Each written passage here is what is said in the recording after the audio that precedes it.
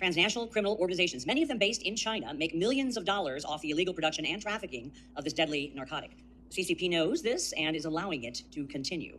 There are many different ways in which federal policy needs to be strengthened to combat this crisis, but to quote the testimony of one of our previous witnesses, financing serves as the oxygen for criminal networks.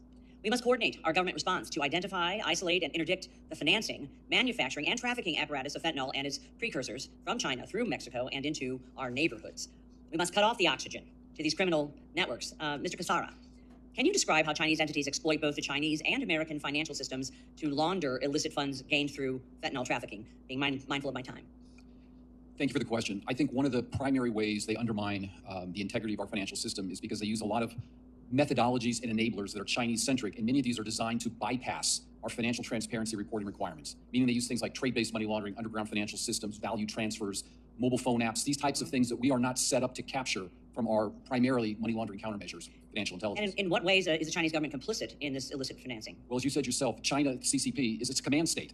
They are aware of what they're doing. They're aware of criminal triads and criminal organizations committing crime and laundering money. If they wanted to shut a lot of this stuff down, they could. Nothing happens in China, or for that matter, with their diaspora, without their permission.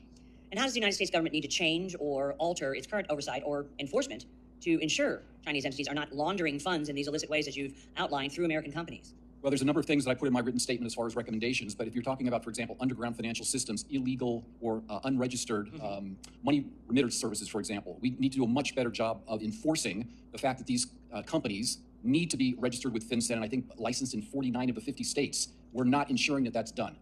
On his first day in office, President Trump issued an executive order to designate drug cartels as foreign terrorist organizations. Mr. Cassara, how will terrorist designations affect the flow of funds between China and drug cartels in Mexico? I think we have to wait a little bit to see how this plays out, but I think it will give the administration and the executive branch, including law enforcement and intel, and even our diplomatic corps, more tools to go after these organizations. And clearly that's the intention.